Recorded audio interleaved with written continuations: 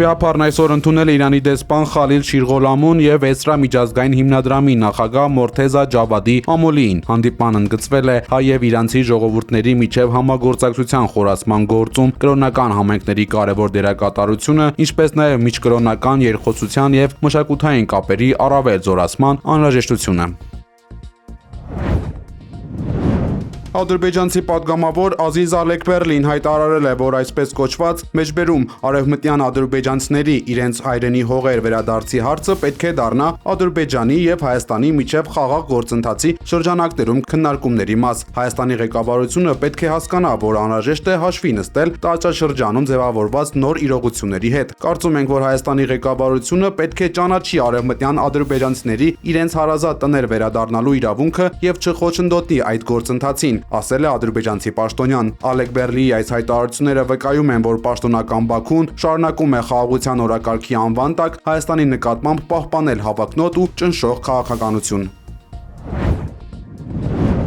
Քննչական կոմիտեն հանդես է եկել հայտարարությամբ Ավետիք Չալաբյանին առերևույթ մեղսագրվող արարքների վերաբերյալ։ Քննչական կոմիտեի նախնական տվյալների համաձայն 2026 թվականի մայիսին Չալաբյանը այլ պետության պաշտոնատար անձանց հետ հանդիպումների ընթացքում իբր դրդել է վերջիններիս օգտագործելու իրենց ծառայողական լիազորությունները և ազդեցությունը Հայաստանում կայացած խորհրդարանական ընտրություններին քաղաքացիների ազատ կամարտահայտմանը խոչընդոտելու նպատակով։ Ըստ քննչականի, նպատակ է եղել տնտեսվարող կազմակերպությունների սեփականատերերի միջոցով ստիպել ՀՀ քաղաքացիներին մեկնել Հայաստան և քվեարկել կոնկրետ դաշինքի օգտին։ Ավետիք Չալաբյանի նկատմամբ հարուցվել է հանրային քրեական հետապնդում, իշխանական կամ ծառայողական լիազորությունները կամ դրանցով պայմանավորված ազդեցությունը օգտագործելով մի խումբ անձանց կողմից նախնական համաձայնությամբ ընտրական իրավունքի իրականացմանը խոչընդոտելու նախապատրաստության հատկանիշներով։ Չալաբյանի պաշտպան Վարազդատ Հարությունյանը հայտնել է, որ ինքը Չալաբյանը չի ընդունում առաջադրված մեղադրանքը, այն որակելով սուտ։ Դատարանը քննում է նրան կալանավորելու մասին միջնորդությունը։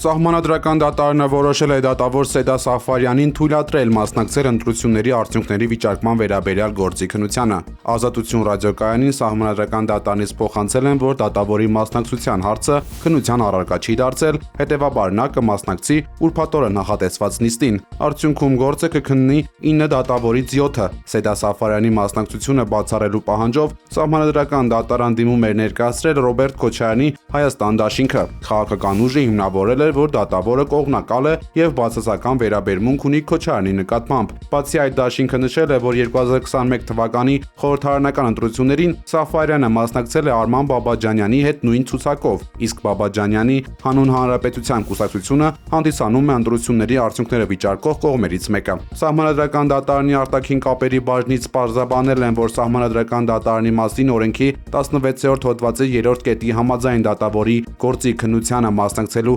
անհնարինության հարց կարող է բարձրացնել բացառապես ՍԴ դատավորներից յուրաքանչյուրը, քանի որ ՍԴ 9 դատավորներից ոչ մեկը Սեդա Սաֆարյանի վերաբերյալ նման հարց չի բարձրացրել, միջնորդությունը չի քննարկվել։ Руководство Армении говорит о Մոսկվան շարունակելու է երկխոսությունը ու կապերը Հայաստանի հետ, հայտարարել է Ռուսաստանի նախագահի մամուլի քարտուղար Դմիտրի Պեսկովը։ Նրա խոսքով Հայաստանն ու Ռուսաստանի ղեկավարությունը այժմ կանգնած են խաչմերուկում և խոսում են զարգացման հետագա ուղղընտրության մասին։ Մեզ համար դա կարևոր է, քանի որ դարեր շարունակ երկու երկրները եղել են հարևան ու եղբայրական պետություններ, նշել է Կրեմլի խոսնակը։ Ըստ Պեսկովի, Հայաստանն ու Ռուսաստանը ունեն բազմաթիվ ընդհանուր գործեր, ուստի երկկողմ հարաբերությունները կշարունակեն զարգանալ։ Tam tersine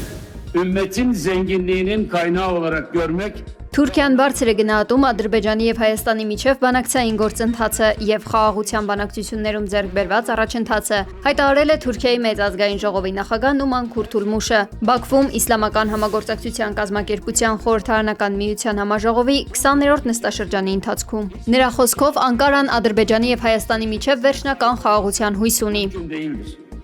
nasıl gelişeceğimizi Ես հույս ունեմ, որ տարածաշրջանում կհաստատվի Ադրբեջանի և Հայաստանի միջև երկարատև և անկեղծ խաղաղություն, Հարավային Կովկասը կդառնա խաղաղության, հանգստության և կայունության տարածաշրջան, հայտարարել է Քուրթուլմուշը։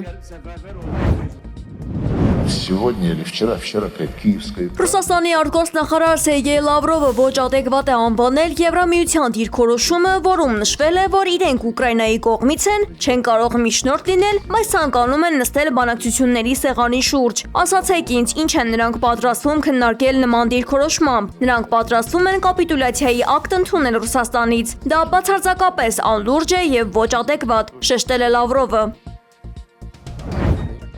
Ցախալը չի հեռանա հարավային Լիբանանից, նույնիսկ եթե դա պահանջի, ԱՄՆ-ն հայտարարել է Իսրայելի պաշտպանության նախարար Իսրայել Կացը։ Այնուհանդերձ Վաշինգտոնում ԱՄՆ-ի միջնորդությամբ Իսրայելն ու Լիբանանը քննարկել են պիլոտային ծրագիր, որը նախատեսում է իսրայելական զորքերի աստիճանական դուրսբերում հարավային որոշ գոտիներից եւ դրանց փոխանցում լիբանանյան բանակին։ Այդ տարածքները պետք է լինեն լիովին ազատ Հեզբոլահից եւ գտնվեն ամերիկա-իսրայելական խիստ հսկողության տակ։ Ծրագրին մասնակցող լիբանանցի զինվորականները հատուկ ստուգում եւ վերապատրաստում են անցնելու ԱՄՆ-ում։ Իսրայելը շեշտել է, որ ռազմական գործողությունները կշարունակվեն մինչև անվտանգության երաշխիքների կատարումը եւ իրենք կպահպանեն գործելու ազատությունը նույնիսկ այնտեղ, ուր կմտնի Լիբանանի բանակը։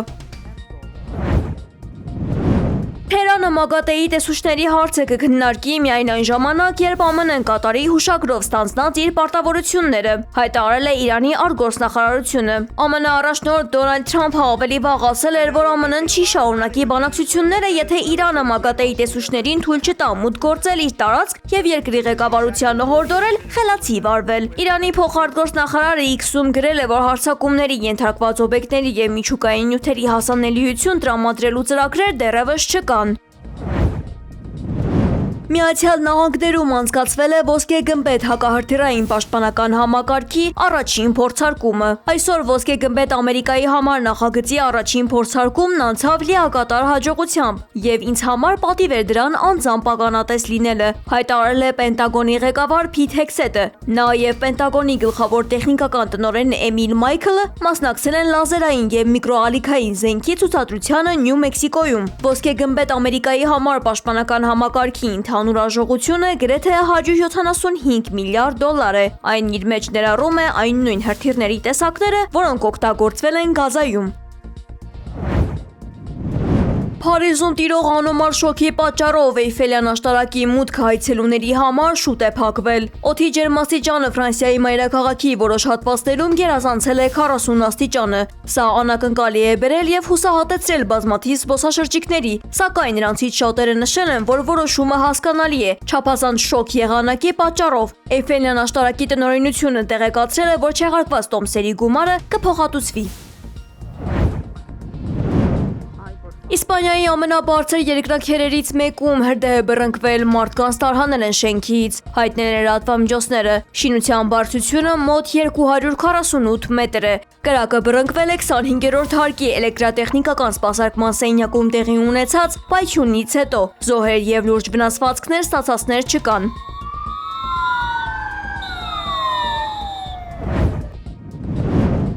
Շանհայում մարդանման ռոբոտները մասնակցել են պենալտի հարվածաշարի մրցույթին, հայտնել է ՏԱՍՍ գործակալությունը։ Մասնակիցները բաժանվել են երկու խմբի, որոնցից լավագույն երկուական թիմերը դուրս են գալու play-off pool։ Ռոբոտները մրցել են զույգերով, նրանցից մեկը նշանակետից հարվածողն է, իսկ մյուսը կանգնում է դարպասի մոտ եւ փորձում հետ մղել գնդակը։ Կանոնների համաձայն յուրաքանչյուր Android ռոբոտ ունի գոլ խփելու 5 փորձ։